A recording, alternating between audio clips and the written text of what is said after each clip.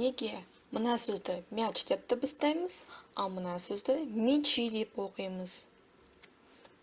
Ярпың қалай оқимыз? Алдыңғы сабақта біз екпінді дыбыс және екпінсіз дыбыс туралы айтқан болатынбыз. Я дыбысына екпін түссе, яғни екпінді я болатын болса, я деп дыбыстаймыз. Ал я әрпіне екпін түспесе, яғни екпінсіз болса, и деп дыбыстаймыз. Мысалы, мясо, мясной. Бұл жерде екпін о дыбысына түсіп тұр.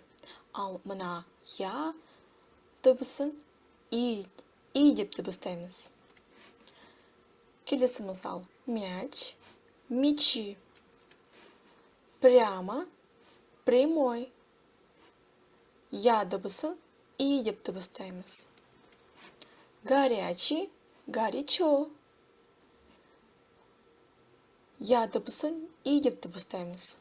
Қорытындылай келе, я дыбысы екпінді болса, я деп дыбыстаймыз.